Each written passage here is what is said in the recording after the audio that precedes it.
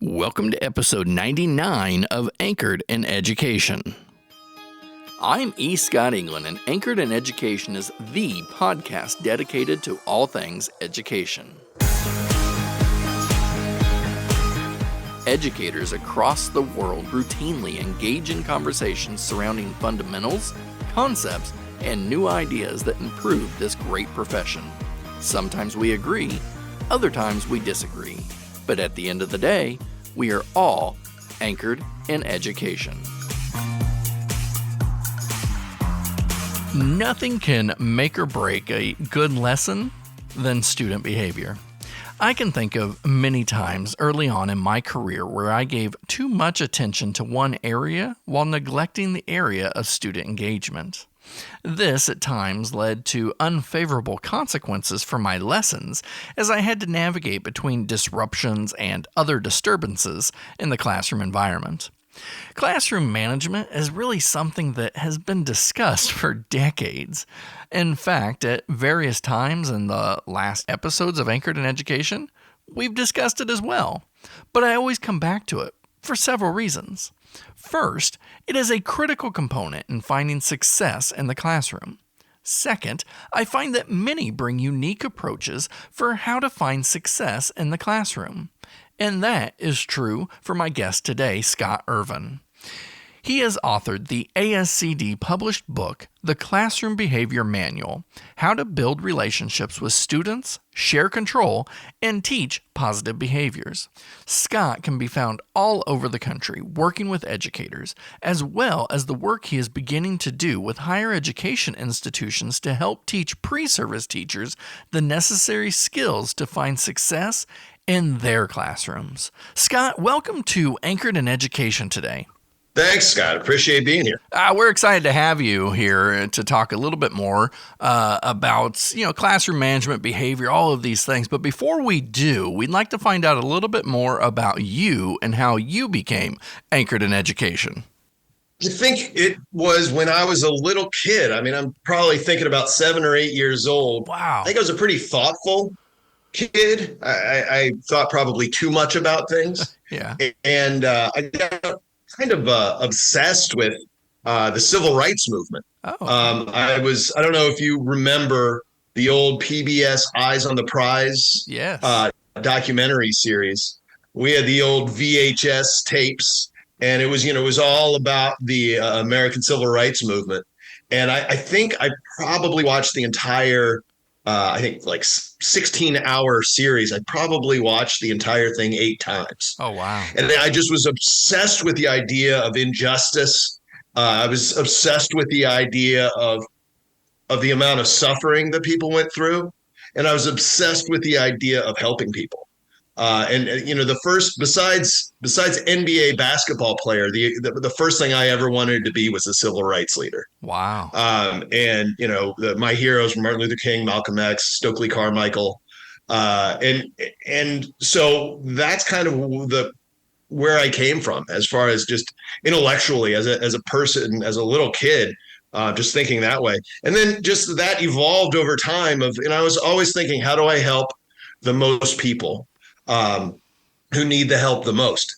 And so that's kind of where I came from. And it really, I always, from there, it really evolved into, well, I want to be a teacher. I want to help people who need help.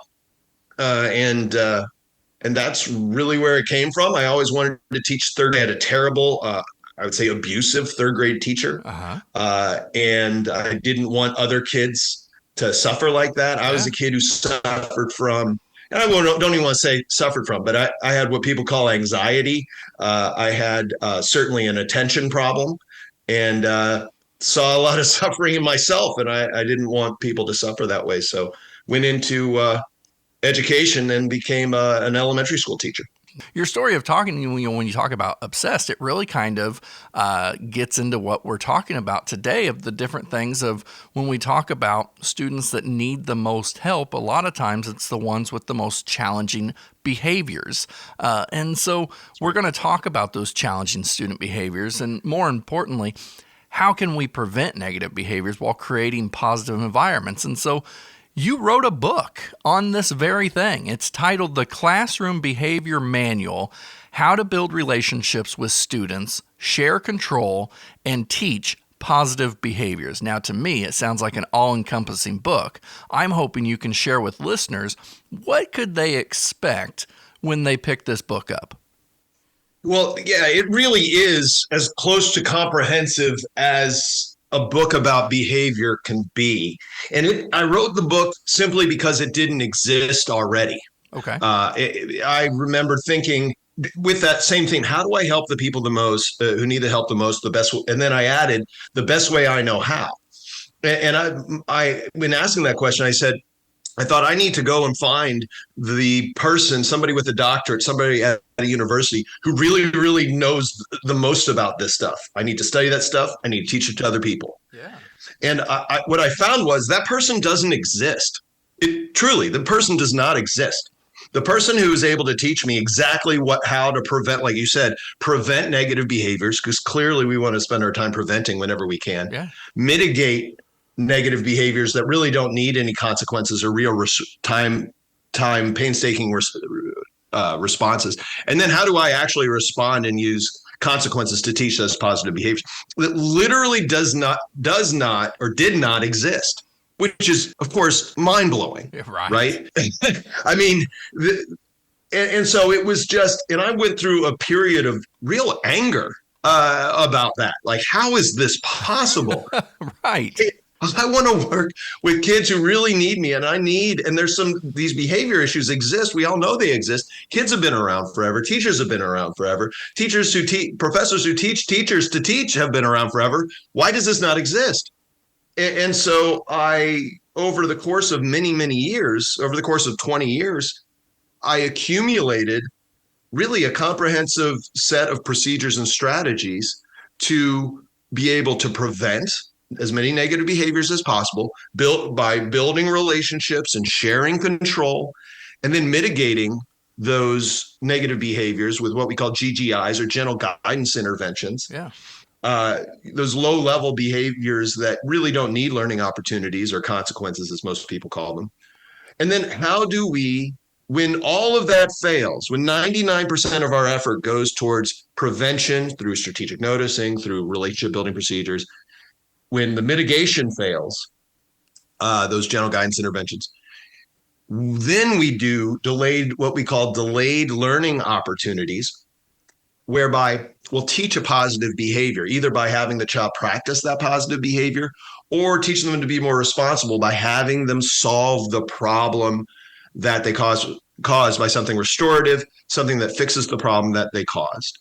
And so what we create is truly a full matrix, so that there's nothing outside of the matrix, so that we always build relationships, share control, and we teach positive behaviors so that those negative behaviors never get kids what they want through attention, control, or avoidance. Oh, yeah. And now I want to come back to gentle guidance interventions in a little bit. But, but before that, I'm just going back and I'm reflecting over not just my time in the classroom, but just watching other teachers, whether it was whenever I was a teacher or whenever I was a principal. And, it comes back to a lot of times classroom management. And it's such a big concern of so many.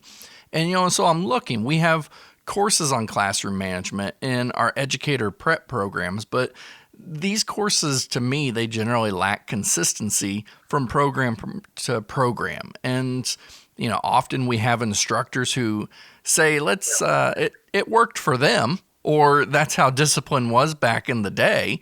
But, it's my opinion, this often leaves our pre-service teachers majorly unprepared when they enter the profession as certified educators. So what suggestions, before we get into the others, what suggestions do you have for helping pre-service teachers or even the current classroom teacher who's struggling to find their way in discipline?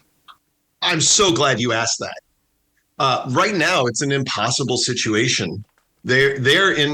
Sadly, people who going in universities right now are in the exact same situation that I was in more than 20 years ago. Which is just crazy. 23 years ago. It is unbelievably it's unconscionable. And so I had 2 years. Remember, I was telling you about my terrible third grade teacher? Yeah. I had my first 2 years teaching in Dayton Public Schools when I was that terrible third grade teacher. The whole point of me being a teacher was to not be that third grade teacher. And here I was for 2 years before I started developing any skills, strategies, or procedures for being calm, strict, and loving and setting limits without getting angry. I was that teacher again. Why? Because I wasn't taught how to not be that teacher. Yeah. I was screaming and yelling. They wouldn't do what I told them to do because I told them what to do all the time. I did all the things that I was supposed to be doing. I had great lesson plans. What are we told in pre-service, right? Yeah. If you have great lesson plans, that'll take care of half of your problems. Well, that's not true. That's never the case. You have to, never the case. And yet, right? So, have immediate consequences for all of the actions. Okay, how do I react to all of these behaviors? That seems impossible. Build relationships. Okay, how do I do that? Yeah. And so that's where I was. So my suggestion is one of the things that we're trying to do as a company is to create an institute for behavioral leadership at a university. Oh. We already have significant money that has been donated by people who also know this to be a problem. And we want to create an endowed institute teaching every single student that comes through this university to be determined in the future so that they have a comprehensive way of dealing with behaviors, of preventing, mitigating, and responding to negative behaviors, no matter what they are, no matter how difficult the kid is, no matter what the ACE score, no matter how old the student is.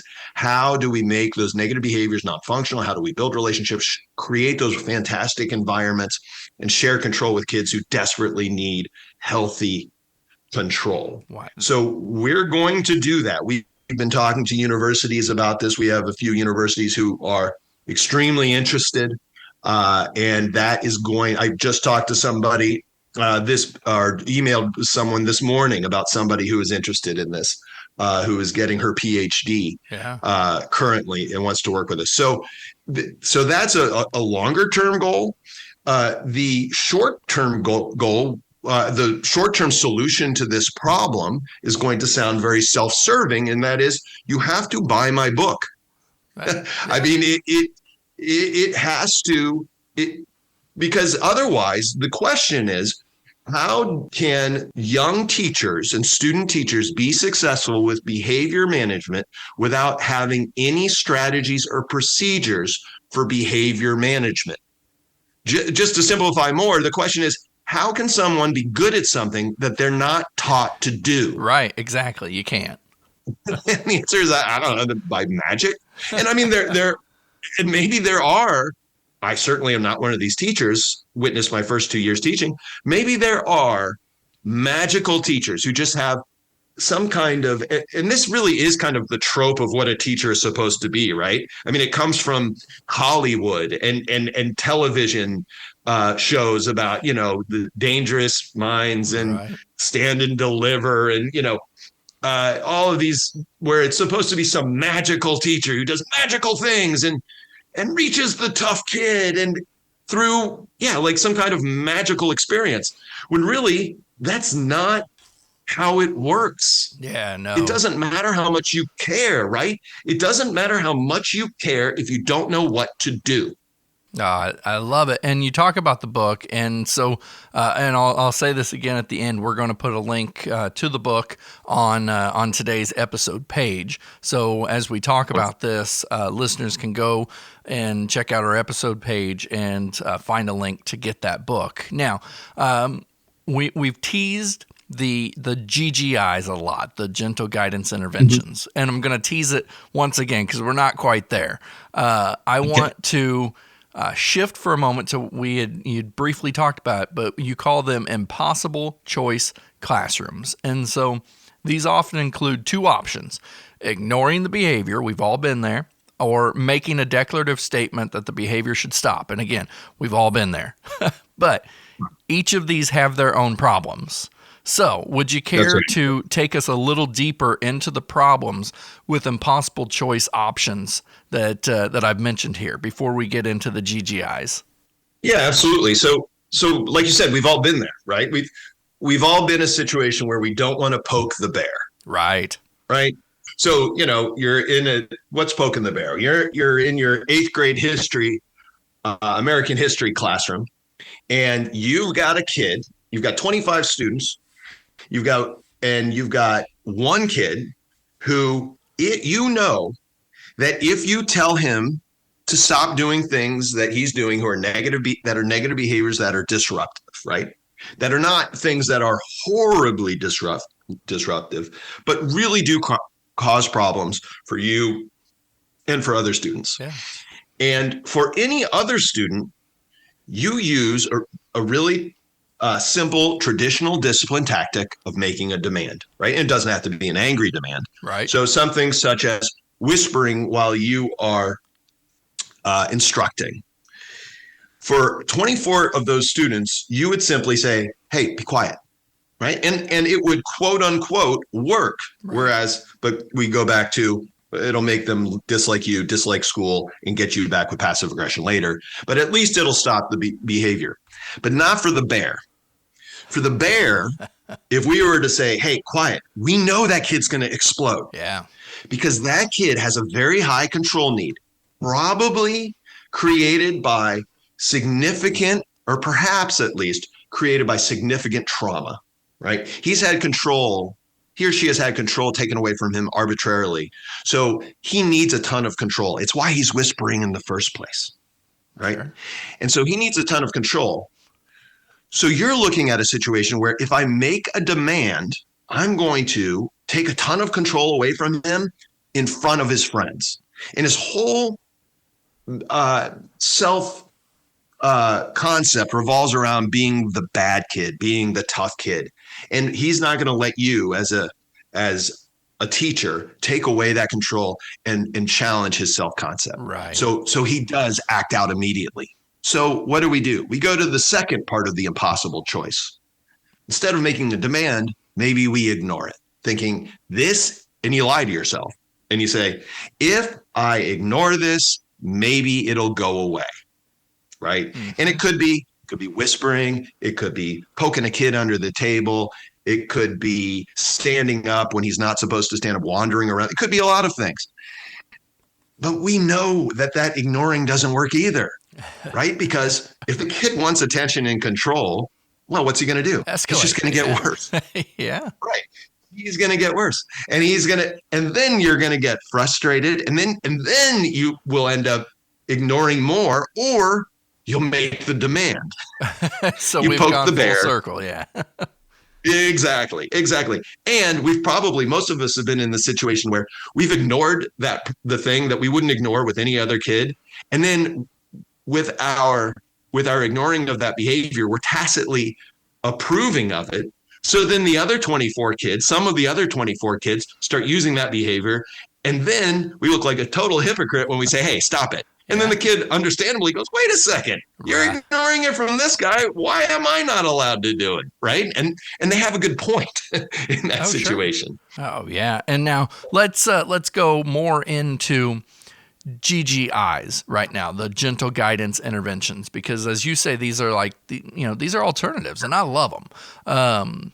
And wonderful. So some that I include here, and you said what, 42? Is that what you said? That's correct. Yeah. So what I've listed out here, just so listeners can get a better idea, some GGIs include the confused eye, the contraband tap, assumption of intelligence, statement of fact, and the quick question of what should you be doing? So I'm wondering if you could take us through maybe each of these and how these alternatives can help reduce negative behaviors. Absolutely. And you mentioned some of my favorites. And again, a lot of these I've stolen from teachers. Yeah. And improved upon them and figured out good ways of explaining them. right? And every teacher who's listening to this already has some of these. There's no way you could survive without having some of these. Sure. Right. And so what these are, this is the most comprehensive list of these types of interventions that exist. And so you mentioned confused eye first, which is it's funny because that's one of my favorites. Yeah. And so confused eye is simply looking at a child who is using a low-level behavior, doesn't need a learning opportunity or what many people call consequences, but it can't continue, and we don't want to ignore, and we don't want to demand. So we can just use a confused eye, which I can, since this is audio, you can't see me, but just looking confused at the child when they're using a negative behavior. I love this one so much because with just a looking confusedly, if that's a word, at a child while they're using a negative behavior separates the child from the behavior. What that says, when you look confused at that point, it says, you are wonderful. That behavior is not wonderful. Right. What are you doing? I'm confused. And so just by separating the kid from the behavior, you're saying, hey, you and me are on the same team. That behavior is the enemy, not you, right? So that's a really important, that's just a great one that's so low level. And I always tell teachers when I'm doing trainings, hey, if there's an eye, and that's one of the 4 eye interventions that you can use along with curious eye, crazy eye, and evil eye. If you can stop a negative behavior just by looking at a kid, why would you do anything else? I mean, nobody, like, at the end of the day, no teacher in the history of the world has ever thought, I wish I would have done more things today, right? I wish I would have taken more energy today. No, use these ones, and they're in an order. There's a menu of these, and they're in the order of the least intrusive and the least time consuming, all the way to the most time consuming and the most intrusive, and none of them are time consuming or intrusive. Yeah. Right. So that's the confused eye. What's the next one that you said? I'll take them one at a time. Yeah. The next one was the contraband tap. Right. Contraband tap. So contraband is anything that is illegal on its face. Right. So in the world, cocaine, plutonium. You're not allowed to have either one of those things. They are contraband, right? So in classrooms, it depends on the rules. It depends on the classroom. It depends on the grade level. So it might be cell phones. It might be Pokemon cards, depending on the age of the kid. Now, sometimes teachers kind of freak out and they think, oh, this is not allowed to be here. In our school, it's essentially illegal. So it leads us to really make some kind of crazy demands. Because if you think about it, a cell phone on a desk or Pokemon cards on a desk or in a desk don't actually cause a problem in and of themselves, even though we, for good reasons, decide that they are not conducive to education, so they can't be in the room. But instead of kind of freaking out, and by the way, if we get angry or excited about it, we're giving control-seeking kids the attention and control that they want. Oh, sure. Instead, we could just walk by the contraband and tap it. And what that does is it assumes intelligence, and it assumes and by walking away after we tap the contraband, we assume cooperation. So by walking away, tapping it and walking away, it says, I know that you're going to put this away, and you know that you're not allowed to have this stuff. So, and we walk away, and then it goes away. Now, here's an important time to say the following. Just because these general guidance interventions are best practice, it doesn't mean that they're going to change the laws of time and space. Right. It is certainly possible that you could tap a Pokemon card or a cell phone and walk away and do everything right, and the kid will ignore you. Yeah. In that case, you can use another general guidance intervention if you have time or if you feel like it, or you could come back and delay a learning opportunity where if a child flat out ignores you, they are just waving a big red flag saying, hey, I don't already know that refusing a reasonable request from an adult authority figure, I don't know that doesn't get me out of things and doesn't get me what I want. You need to teach me that. And we can use our delayed learning opportunity script. Mine is, oh man, this is rough. I'll help you do some learning later. But there's 3 parts to the script. You can make your own if you read the book or if you do our trainings. Okay. And that's it, because kids own now and adults own later. Right. So a kid owns now because all they have to do is become belligerent and angry, and they can get attention, control, and avoidance as long as they're brave enough to do so. But then later we can teach them, we can have them practice keeping their cell phone in their pocket or in their locker. They can write a report about why we have the policies we have. And they need to do that during non-instructional time to solve the problem that they cause or practice the positive behavior that they're currently deficient in. So yeah, that's contraband tap. What's the next one? The assumption of intelligence. Oh, I love this one. It's so simple, but it's so effective. Simply using a fantastic statement. All it is you know what to do. So when a kid, and you're going to notice the listeners will notice what these have in common, they're all assuming intelligence. Yeah. And they're not telling kids what to do. I mean, you think about what we've talked about so far, contraband tap, confused eye. We're not telling a kid what to do. We're assuming that they're intelligent, right? Just by giving them a look or just by tapping something, we're saying, you know what to do. We're saying with our actions, not our words, you know what to do. So a little bit down the menu, that is, it's a little bit more intrusive and a little bit more time consuming. But it is simply saying the words, you know what to do. Simple. Yeah. And to me, it's easy to transition from one GGI to another, depending on, what's working and what's not. Like you said, from assumption of intelligence to statement of fact. I mean, you can so easily weave in and out of which one's used without like you said, using the mental power. It's just really kind of establishing using GGIs as a habit. That's exactly right. And you can't do it unless you have them. And everybody's got a few. Everyone just figures out a few. I mean, you don't need to teach a teacher, especially if that teacher has children of their own. You don't need to teach them the evil eye.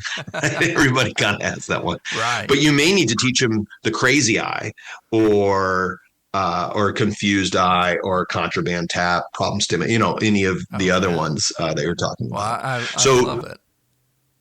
So what's the next one? The last one that I have listed as kind of a tease, and hopefully it's getting listeners excited to get the book and learn the rest of them. But last one I have listed is the quick question of what should you be doing? So you picked some of my favorites. You picked two of my three favorites. What should you be doing? That's another great example of one that really stimulates thinking of the student, but doesn't stimulate thinking for the teacher. I can just go to that one. This is probably the one, besides strategic noticing, misdirect. This is the one I use the most, because if you just take a second to think about it, and that's the problem. Like, teachers don't have the time to take a second to think about some of this stuff. Right. So I did some of the thinking for them. If you think about it, your students know what they're supposed to be doing 99% of the time. Right. Yeah. If you teach kindergarten, maybe it's 95%. If you teach pre-kindergarten, maybe it's 94%, but they know what to do 99% of the time. So telling them what to do when they know what to do is horribly annoying. We've all been in this situation as adults. It is very off-putting for someone to tell you what to do when you already know what to do. Right. Right. And so if we're doing that as teachers hundreds of times per day, and the average teacher does tell kids what to do hundreds of times per day, we are systematically hurting our relationship and taking away control from kids who can't have control taken away from them. Right. And we're making everyone's lives worse. So I will often just walk around my classroom when I was in a lunchroom last week, I did the same thing with middle schoolers. What should you do now? Yeah. What should you do now? What should you do now? Yeah. Well, I'm glad that we got to take a dip through few of the GGIs. Now, if listeners want to find out in more detail the other 37, they're right there in your book, and we're going to link that on today's episode page. Scott, before we go, Let's shift briefly to administrators.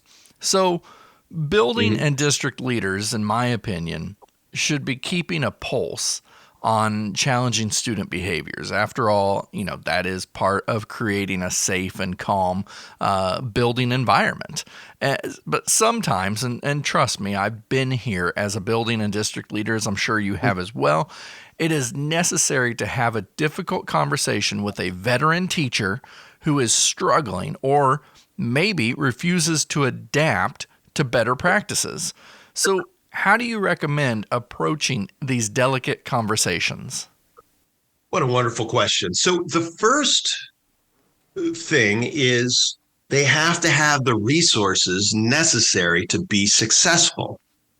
So if, I had an administrator who came last summer to one of our conferences, and he was the only person from his relatively large school, he was the administrator for the middle and high schools in his district.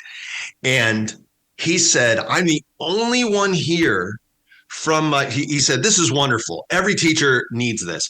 I am the only one here from my district. I'm a principal. None of my teachers are here. How can I be successful with these strategies if my teachers don't have them? And my simple answer is, you cannot. Right. Period. Right? Of course. Because again, like the question you asked earlier, the question, when simplified, is my teachers do not have the strategies and procedures to be successful. How can they be successful? The answer is they can't. They have to have the strategies and procedures to be successful. So if they have these strategies and procedures, one thing that they can do is they can get, and this is not going to be a helpful answer, but they can have a behavioral leadership training. They can have the book.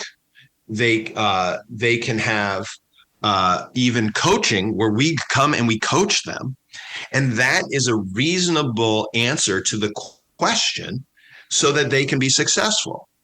Now, if they are unwilling to read the book, if they're unwilling to take to do the, maybe they've had the training, they need to be sort of put into a box by the administrator with everyone going over some basic core thoughts about how we deal with children, and allow everyone, not just this teacher, allow everyone to come up with what we believe about kids and how we should treat them.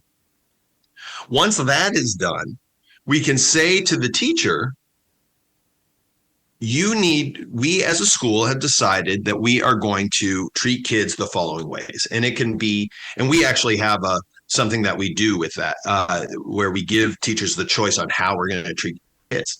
And it'll come up, and it may be, we will treat students with respect. We will hold students accountable for their actions. We will give students a reasonable amount of control in the classroom in ways that are healthy and positive. It could be something like that. And then you can hold the teachers accountable for that. We never suggest require strategies and procedures. It doesn't go very well. Right. But we do suggest holding teachers accountable for the way that they treat students according to the beliefs that they have and what we decide about how we're going to treat students. And you can say, all right, well, we've had this training, or we've read this book by Scott Ervin, and we've had this training, and the use of these strategies and procedures is voluntary.